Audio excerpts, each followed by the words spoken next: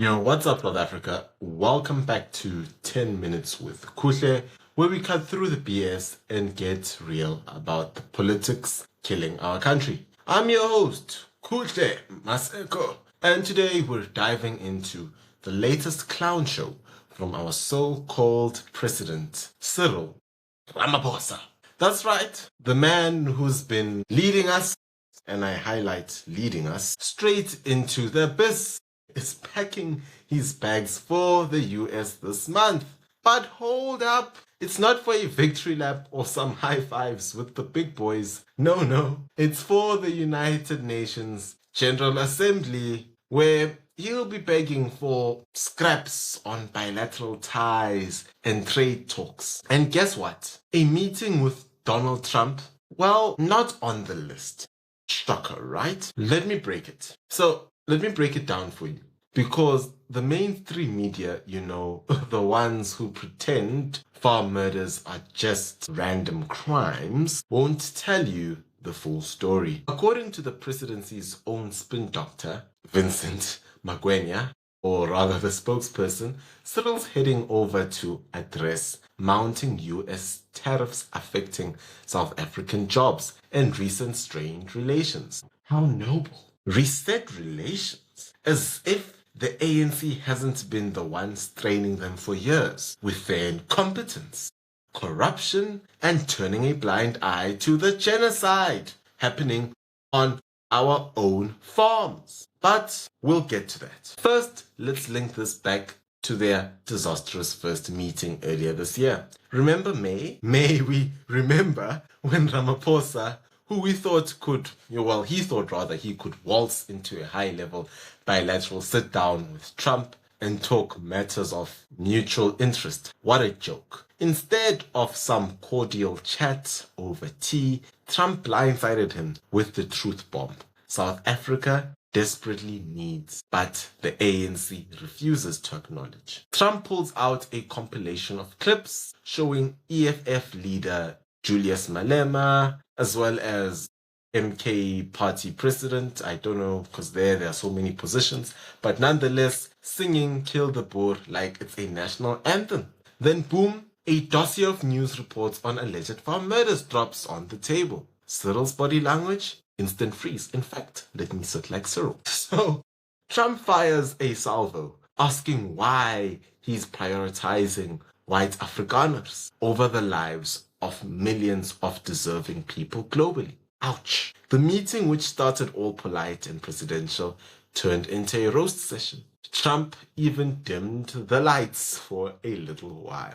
Now, ladies and gentlemen, this video isn't about Trump dimming the lights or, in fact, the first meeting. It's about linking the first meeting to this upcoming meeting. So I want us just to follow with where I'm about to go. Now, there were no conversations between South Africa and the US on some grand trade deal. All that happened was it prompted the creation of a refugee program for white South Africans, that meeting in particular. Afrikaners, to be precise. Last month, according to News 24, they reported the US State Department partnered with the Amerikaners. And I also shared that story with you guys. A group of South African experts to identify eligible candidates for resettlement. And that is because the South African government blocked the Kenyan guys from processing visas. The US Embassy released a statement on its Resettlement Support Center Africa, run by Church World Services, and these Amerikaner are now the official referral partners. They're gathering into from potential applicants to see if they qualify for the US refugee admissions. So here's the interesting thing is, President Cyril Ramaphosa is due to travel to New York, obviously, to attend the UN and as well meet a couple of key US figures to discuss trade relations and to discuss the strained relations between the two countries. The interesting thing is President Donald Trump has not put Cyril Ramaphosa on his diary.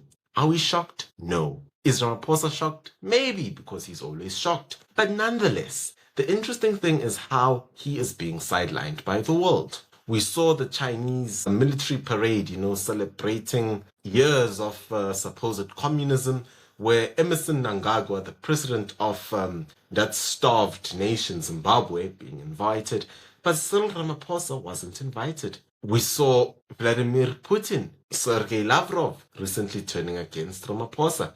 So Ramaphosa is becoming a man that is being isolated big time. His own party is not happy with him, telling them that they should go and learn from the Democratic Alliance about how to govern metros. So this guy is going to the US. We don't know who he's going to meet, but supposedly he'll meet some key people. But what we know, it's definitely not Donald Trump. And that is because Donald Trump has not had the stomach and does not have the patience to put up with his rubbish, if we are to be honest. Trump saw the farm murder crisis for what it is, a targeted attack on white farmers, and decided to do something about it. Hence, he'll also not meet Cyril Ramaphosa.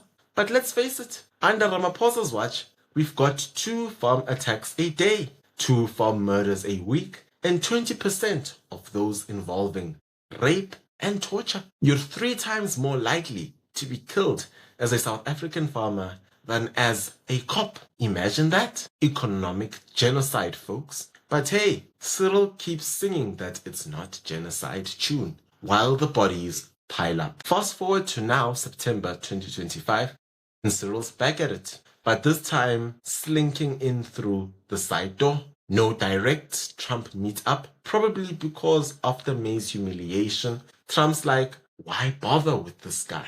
Instead, Ramaphosa's planning to smooth US leaders on the sidelines of the UN General Assembly. So those are the Congress industry captains, you name it. To focus on resettling bilateral relations and easing those pesky tariffs. Yes, the tariffs. Trump slapped a 30% duty on imports from Africa's most developed nation, as well as the most developed economy. That's us, apparently, and other nations globally. Why? Because Ramaphosa's admin has been fumbling trade negotiations for months, making unsuccessful attempts to propose a deal that would roll back these steep hits. Oh, poor Cyril. How dare Trump hold you accountable for your government's failures? It's not like the ANC has been cozying up to anti-Western regimes or ignoring the farm murder epidemic that Trump's been speaking about and calling out since his first term. And get this, he's sending in the cavalry ahead of time. Comrade Amazing Parks Tau, our Minister of Trade, Industry and Cooperation, except the fact that we don't have trade or industry, but he is now joining a team already in the US to negotiate a deal. Ramaphosa himself said, we are seeking to negotiate a deal and I will be proceeding to the United States as well to see what deal we are able to come up with so that we ease the pressures that are coming from abroad. Pressures from abroad, mate? Really? The real pressures are right here at home. Skyrocketing unemployment, load shedding, blackouts, and a government that's more interested in cadre deployment than actual governance. But sure, let's blame abroad the same way you've been blaming apartheid. Domestically, he adds everyone must do their part to ease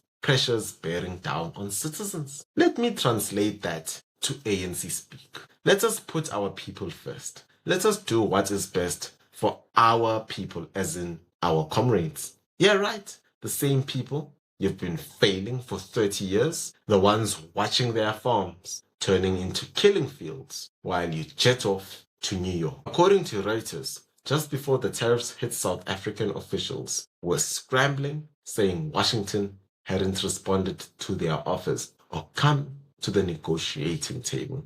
They even submitted a revised proposal a month ago, and all they got was crickets. Crick, crick, crick, crick, crick, crick. Why? Because relations hit a diplomatic low this year over Trump's unfounded accusations of persecution against the white minority. Unfounded. Tell that to the families of the murdered farmers. Those claims directly lead to the refugee program I mentioned. And Ramaphosa's team is preparing for further formal negotiations with the US government, which should be taking place in just a few days from now. They'll meet Trump's admin reps, lawmakers, and business figures in New York as well as Washington.